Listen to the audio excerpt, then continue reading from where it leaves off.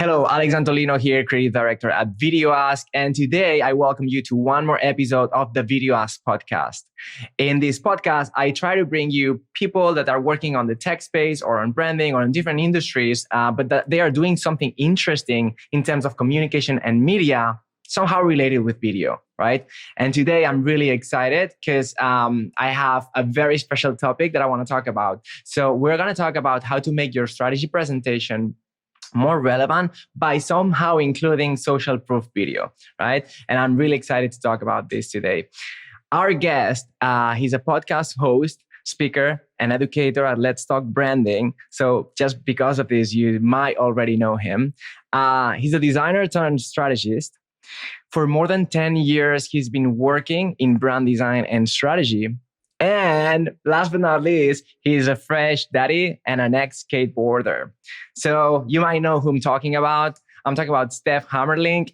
He's a freelance and brand strategist and a designer. Welcome, Stef, to the show. Hey, Alex. How are you? I'm great, man. How are you doing today? Perfect. It's like the last thing I need to do before going into holiday. So I'm super relaxed. That's perfect. That's great. All right, man. So first of all, thanks for being on the show. I'm really excited to talk about this. And before we get started, I want to let the audience know. So one of the reasons I wanted to bring you on the show is because I saw you were using video on your strategy presentations to show qualitative data, right? And to express your qualitative research. And we're going to talk about this in a second. But the first burning question I like to ask you is, why do you think making strategy emotional is important? Do you have an hour? No, let's get into it. I mean, strategy is this thing we all talk about. We always say, like, you need a strategy, right? It's super important. You need a plan before you go into action, because otherwise it's just you're shooting into the wild. But actually, like, if people are not really connected to that strategy, if they don't really believe in it, if it's not really aligned in the organization, it doesn't matter. It's just a nice plan that's there. And how can you convince people? It's really by showing them what's behind the strategy, what's behind the data, why you are actually doing this, why this would work. And I think social proof is a big part of that. Same as we use social proof to convince people to buy stuff, we need to buy into a strategy. And strategy is not just big words and fancy data and whatever. It's really about this idea that everybody can stand behind a certain step or essence, believe in it, and execute on it, because that's really where strategy makes a difference, in the execution, not in the part where we think about it. That's also valuable. But if we can't execute it, it doesn't matter. So that's why I think this is super important, the whole emotional layer. I think it's very often forgotten, by the way. So I think that's very interesting. And then I have like the logical question, like how do you do it? How do you bring emotion to your strategy? Sure. Well, I mean, there's a lot of things. And before I go into that, I just wanted to say, like, another thing to compare it to is like when a doctor tells you, like, hey, here's some advice. You need to live this way and you need to be healthy and don't drink copious amounts of alcohol or do whatever.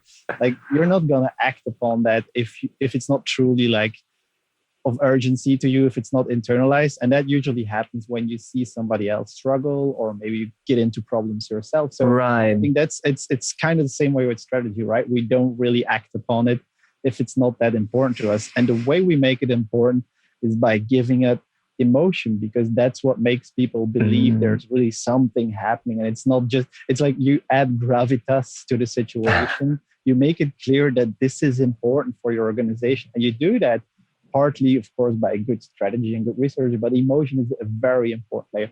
And so how do we do that? There's a lot of layers. I think the first layer that's very important here is just the way you build up the strategy, is you make sure you involve all the stakeholders. You don't just go and present the advice like the doctor says, like, hey, that's what you need to do. No, you ask people, the people in the organization, from the team, whoever is involved, suppliers, whoever is involved, whether it's business, brand, strategy, doesn't matter. You just take in all the stakeholders and you ask them, like, how do you think we need to move forward? What's wrong where do you feel we could improve? And you take those elements and you use them in your strategy, whether that's by using VideoAsk to ask people to record a certain message, certain thing they want to say, or whether that's through, let's say, just a survey or it's a physical interview, whatever it is, you use those snippets and you reflect that back in your strategy. And that way, people will know when they see the strategy that it's not just an advice from somebody, but it's really like they've been consulted and they are part of that strategy, and they will carry that forward a lot more, because I've seen that personally.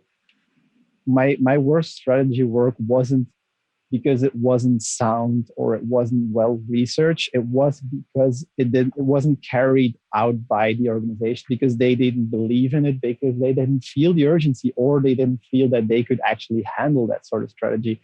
So actually, I think our jobs are a lot more about emotional conviction sometimes than they are about rational. Although we do think strategy is very rational, that's true. But again, like, it doesn't matter if people don't believe in it, they're not going to act upon it. So I think maybe it's not a complete answer, but there's definitely already some layers there we could tackle. Yeah, I think I love this. And this is actually a very good overview of like what we're going to talk about today. We're going to spend some time talking about like why does this matter, and maybe even going deeply on like what is social proof, like why does it work psychologically and things like that. But before we get into that, I made a little intro to you before at the beginning of the show. But I'd really like to hear you talk about like what you're focusing on right now and what are you actually doing for the audience to get to know you a little bit better. Sure. So I have two things I'm concerned with. One is like Let's Start Branding, which is my creative outlet where I create, think, write, interview people, podcast, make courses. And that's where I try to like put all of my energy in when it comes to how I see branding, brand strategy, and that sort of stuff. So that's one part of me. And it also really helps me to reflect on that other part, which is the work part, where I help clients create brands. I develop brand strategies and I design the brands as well. So those are like the two elements, and those work together really nicely. I get it.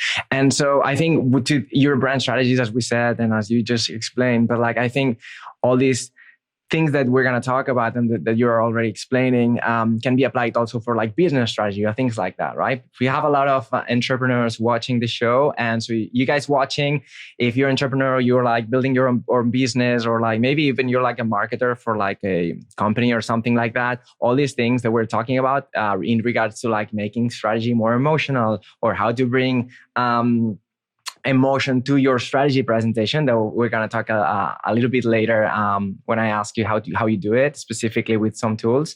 You can apply this to your business strategy or anything like that, right? By the way, actually, guys, you watching, tell me on the comments, tell us actually, because Stef and I would like to know who you are. So it'd be great if you can leave a comment like, what do you do? And where you're from. So if you can actually comment that, we'll get back to you. We get to know you a little bit better. And if you have any questions, feel free to drop them on the comments, and like Stef and I can check them and get back to you. All right, Stef. So let's actually get into like the nitty gritty of this, because like you've mentioned social proof, and just in case someone doesn't know what it is or how it works, can you actually explain what social proof is and how it works? Sure. So I'm not like the scientist, the neuroscientist, but right. I didn't want to put you in the spot like that. Right. No, don't worry. But I mean, there's really good books about this stuff. But basically, what social proof is about is by seeing other people do stuff, buy stuff, say stuff, we believe it to be good for us as well. It's proof by social.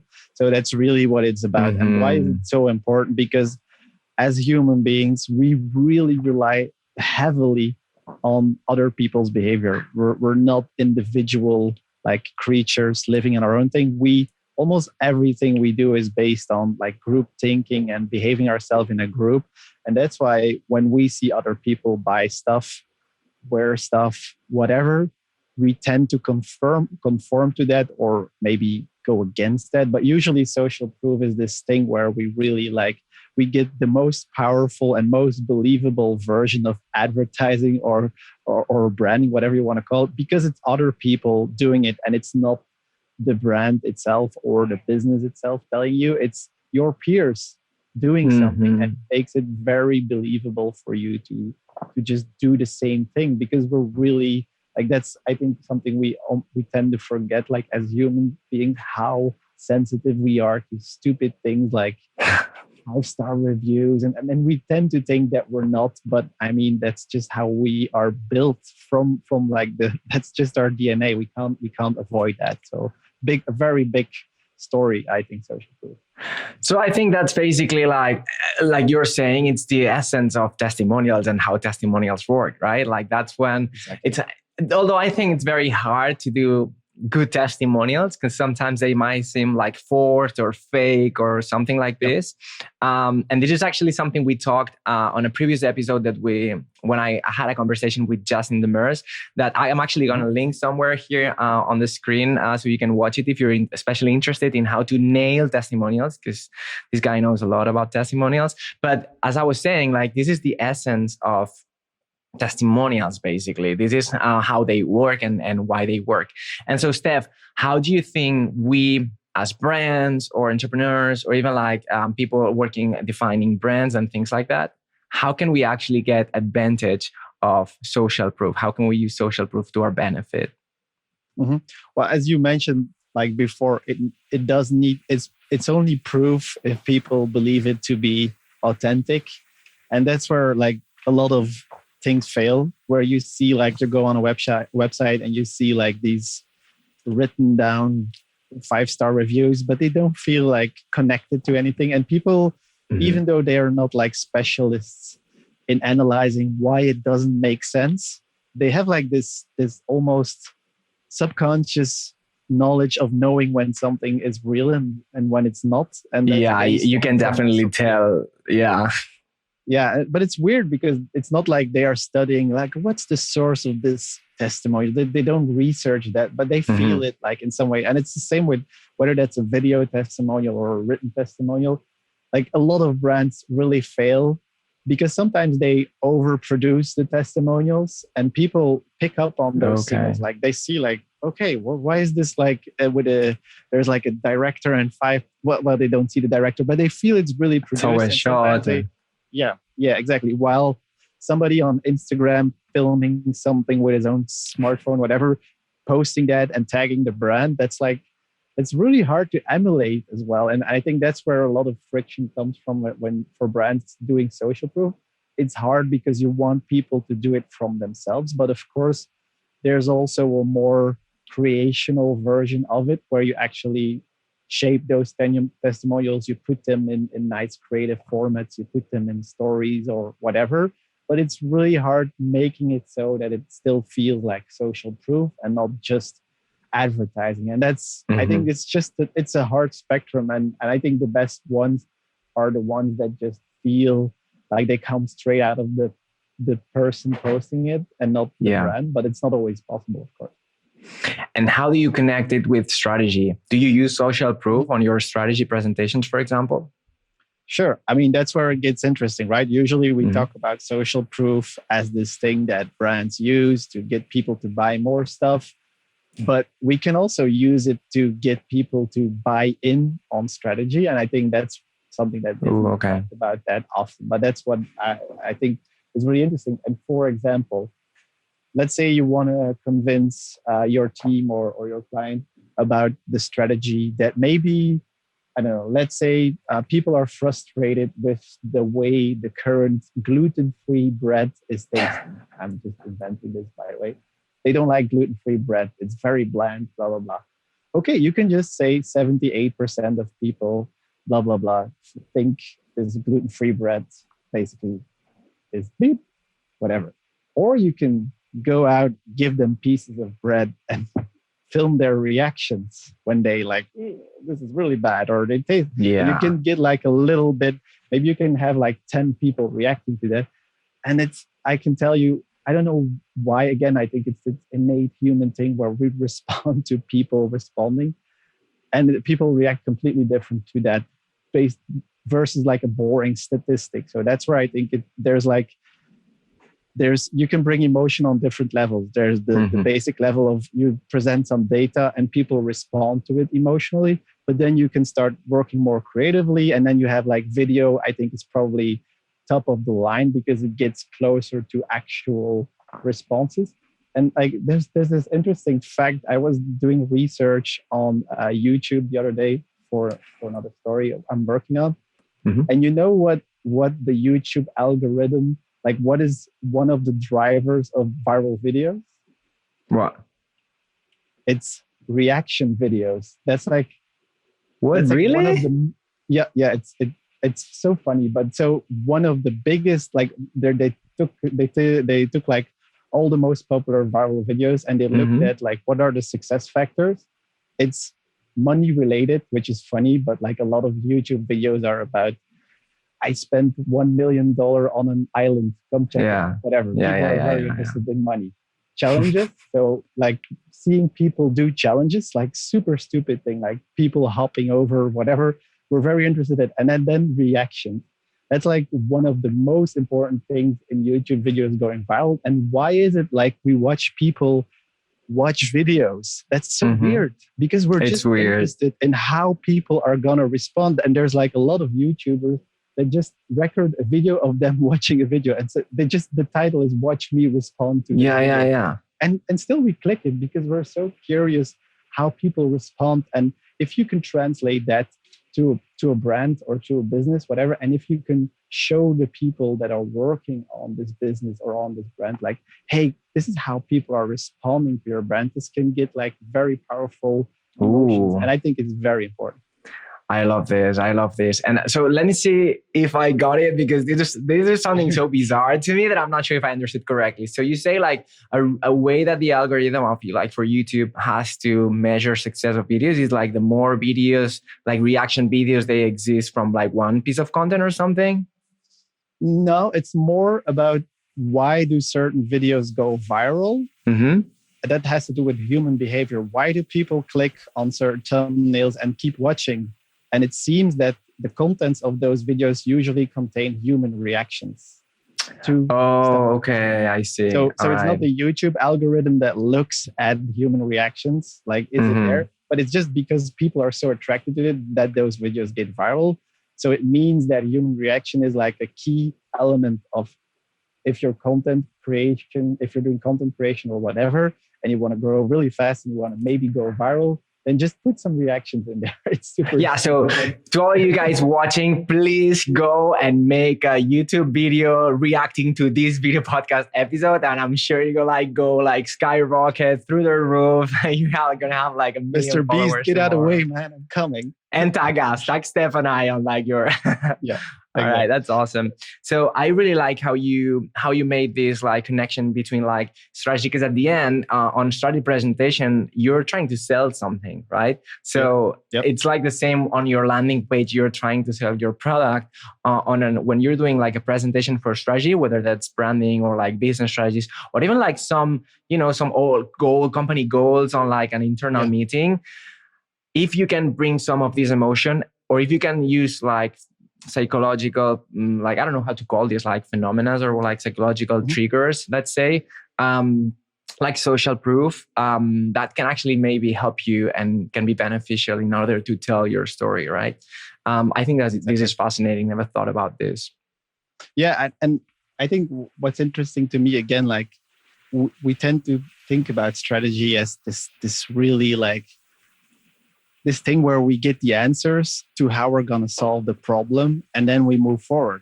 The strategy is here, let's execute it. But really, it's a lot more messy in reality. And I think a lot of people tend to think that they, as a strategist, need to act as this like, I don't know, this figure that knows it all and then can show the way to an organization. But really, like when you realize that the more you read into business strategy, brand strategy, and like all of these fields, it's endlessly complex. What that means is even if you have the right brand strategy or the right business strategy, still things can still go wrong. because like there's randomness, there's competitor behavior, there's so many factors, culture, there's pandemics, there's everything happening Right. that you can't really control. But so what can you control is how people execute on a strategy and how well they believe in it and how long they can like contain and keep working on that strategy. And you do that by really getting an organization excited about the strategy. They don't need to have a strategy where they feel like, okay, let's say ecological is what consumers now want. This $1 million consultant of McKinsey told us we need to do that. So let's just do it. It's not gonna work. It's not gonna work. That's the real problem. So how can you like make sure people carry that forward? That's by doing exercise, but that's by showing them videos. That's by making them experience the problem as much as you can. And I think that's the real job of a strategist. It's really like being almost that coach instead of just that like the guy with the wand saying you need to go there. That's where the opportunity is. Right. I think you just nail it with the word coach in a way, because I've been there, like, and probably you guys watching, you've been there in the same situation where like you work hard, you do your research, you come up to your conclusions, and then like everything is so tied up and you think it's like, it's going to fly. And then you like present it, everything is on board with it, but like you go back after like a couple of months and nothing really happened.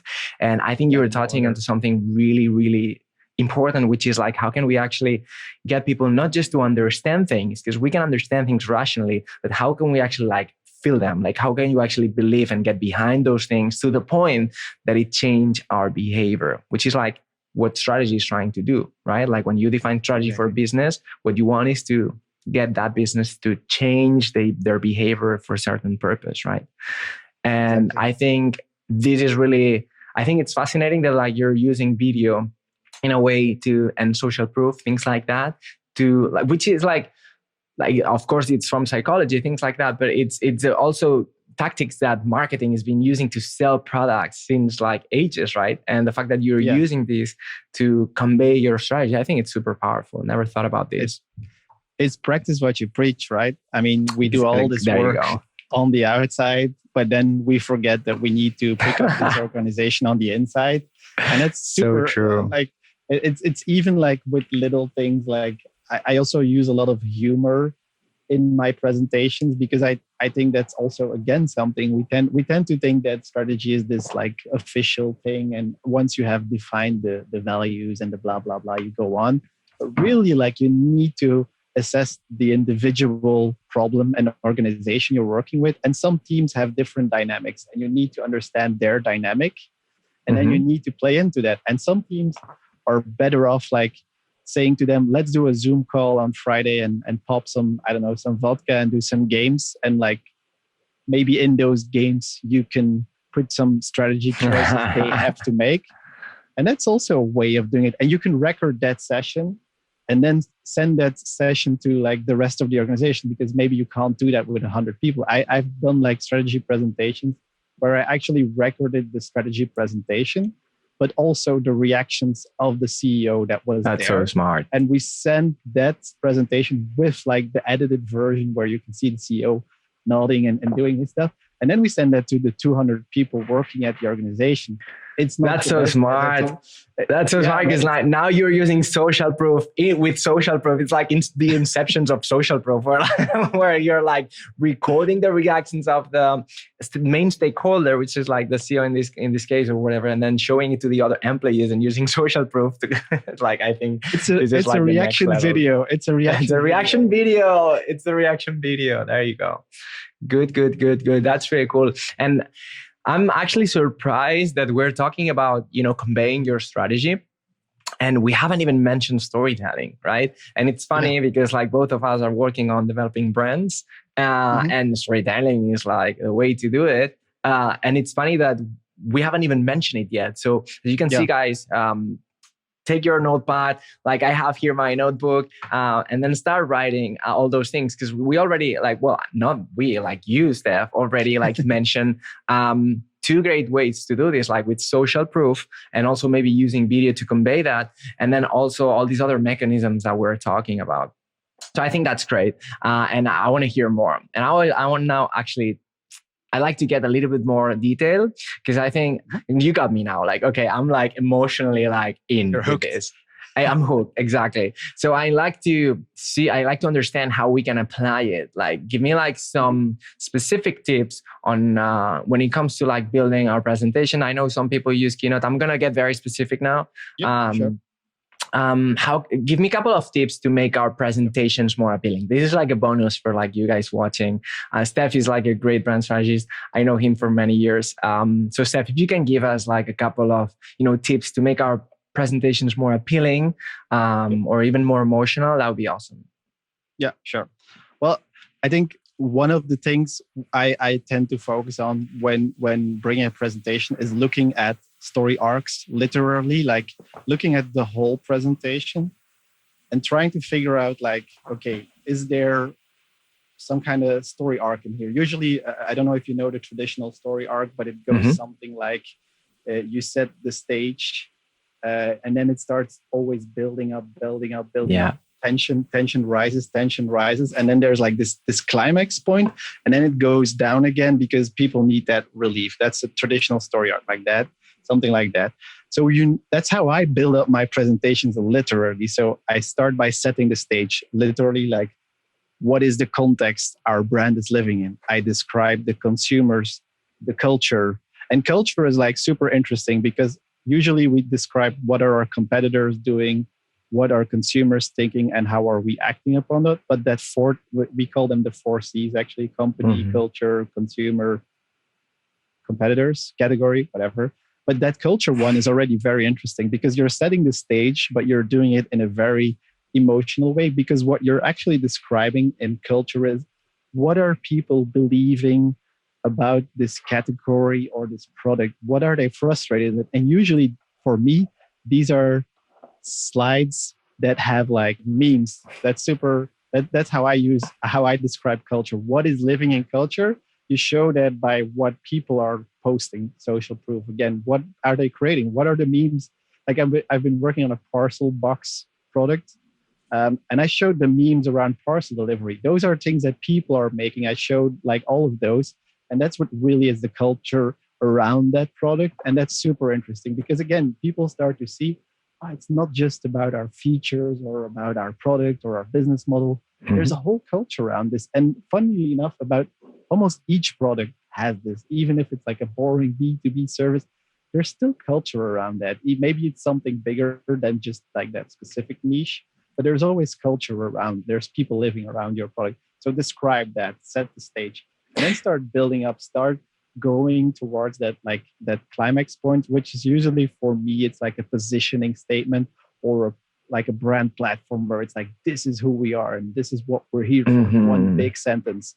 And again, that's where you can also be very bold and use like strong language, simple language, by the way, not like typical, let's say business language, but really strong language. And then we start going into like a little bit more of the chillax. What I start doing is I show examples of like, here's how I mock up, for example, a PR article on our new brand that's launched. And it says like in the headline what's happening. I try to make it very tangible, very real. I even write like fake testimonials, all of this stuff, just to show like how climax comes to life. And so storytelling throughout the presentation, I think is very important. Again, describing also cultural aspects, using memes, using user-generated content. And then maybe more specifically, because that's also, I think, the example I showed you, is like when it comes to consumer behavior, I also use, for example, for this one case, I used VideoAsk to ask a bunch of content creators.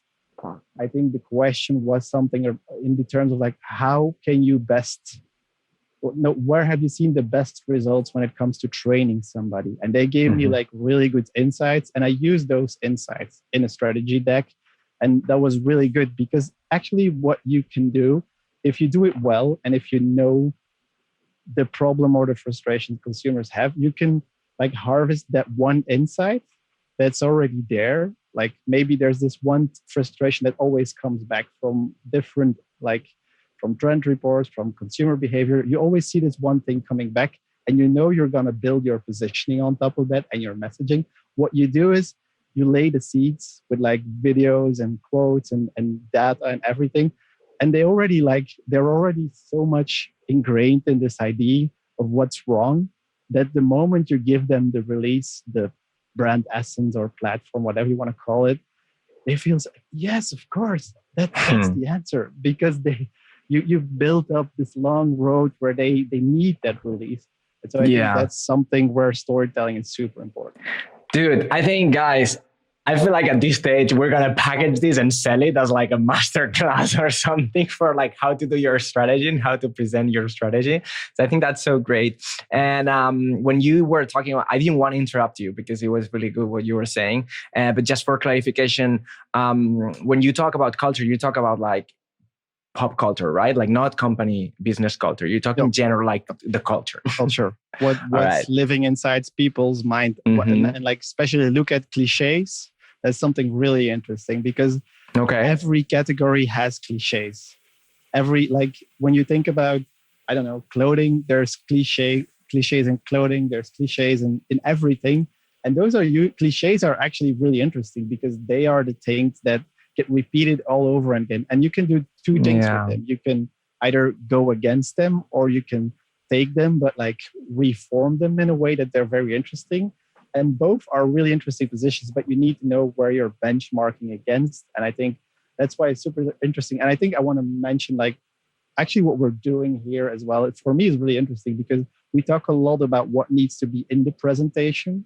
But I think this part, almost like the meta skill set of how you present and how you make sure an organization carries the presentation forward is, I think, super important. That's good. No, I love that. I'm learning personally a lot of things. So I love that we're having this conversation. So I really like the arc and how pragmatic you got in that. And I think that's like, we can take a lot from there. So before we wrap up, I would like to understand, because we've talked about social proof and that was kind of like the topic of this episode. So I'd like to understand in this arc that you were talking about, like where would that fit? Would you like, is this a tool that you can use in any of the stages? Or let's say you would use it for like the plot twist or something like that? In the example I gave you, like usually it comes around in the first part where it's setting the stage, where you actually when you need to introduce things like consumers and their behavior and their frustration. I think that's where tools like VideoAsk come in super handy because you can get. So stage one is stage one of the movie. Stage one is really interesting, but then when you also can use video is in the release part, where you give another piece of content. Somebody like maybe you ask somebody like, "What's your biggest frustration when it comes to X?" They give you some idea. You put that in the first stage because it's giving context for what's happening. And then maybe at the end of the interview with that person you're doing, you ask her, like, what would be the ultimate dream star experience? And they give you this nugget, which fits nicely with your positioning. Again, you need to keep hammering on the same beat. That's also storytelling.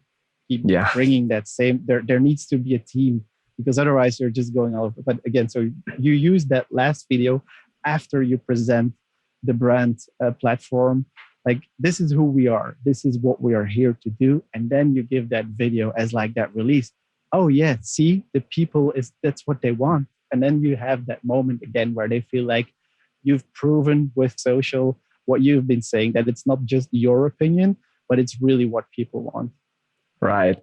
That's awesome. I think that for me, it's like a very nice way to tie it up. And I love, maybe we should just like rename this episode or something into like how to turn your strategy presentation into a fucking movie or something like that. Because I think it's like it's pretty cool the way you have to look at how you present your strategy.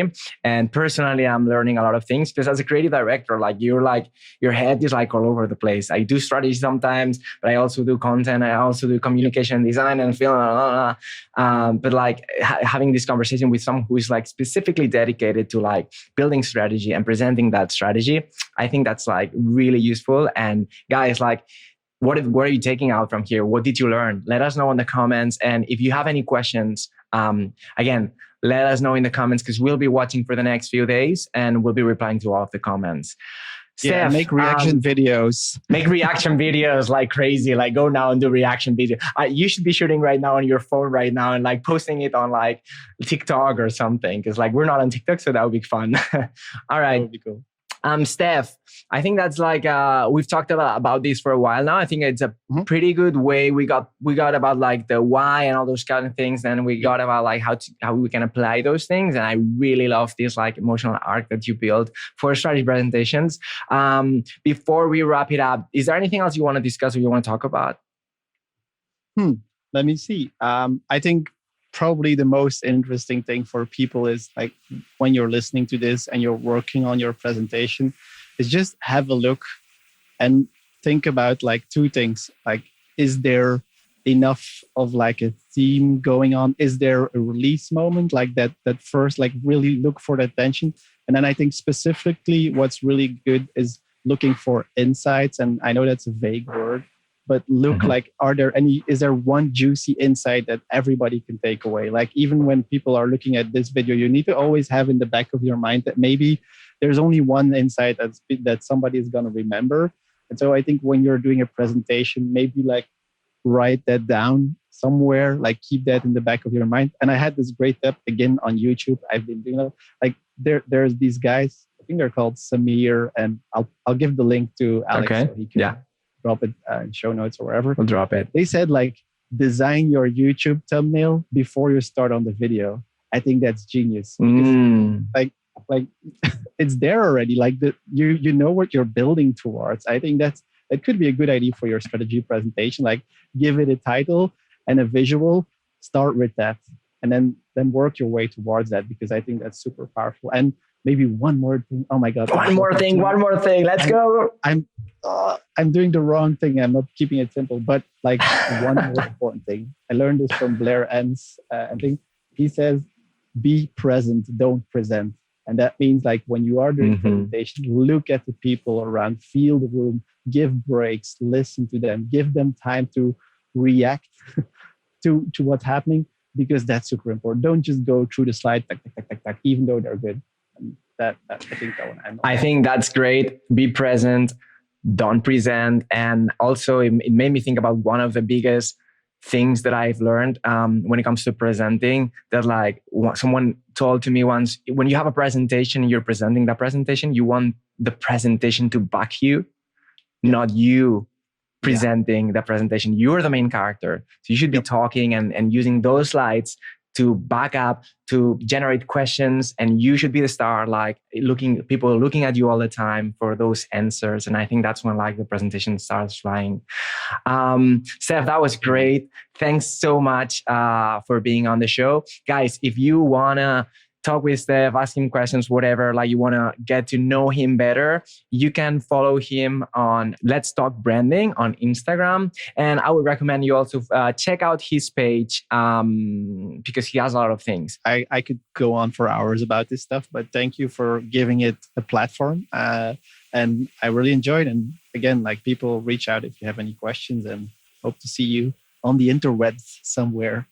Let's see you on the interweb. Okay, I think that's it, guys. Don't forget to ask any questions. We'll be around for a few days. If you like anything that Stef said you want to highlight it to, let us know. And yeah, I think that's it. I don't have anything else to say. So goodbye.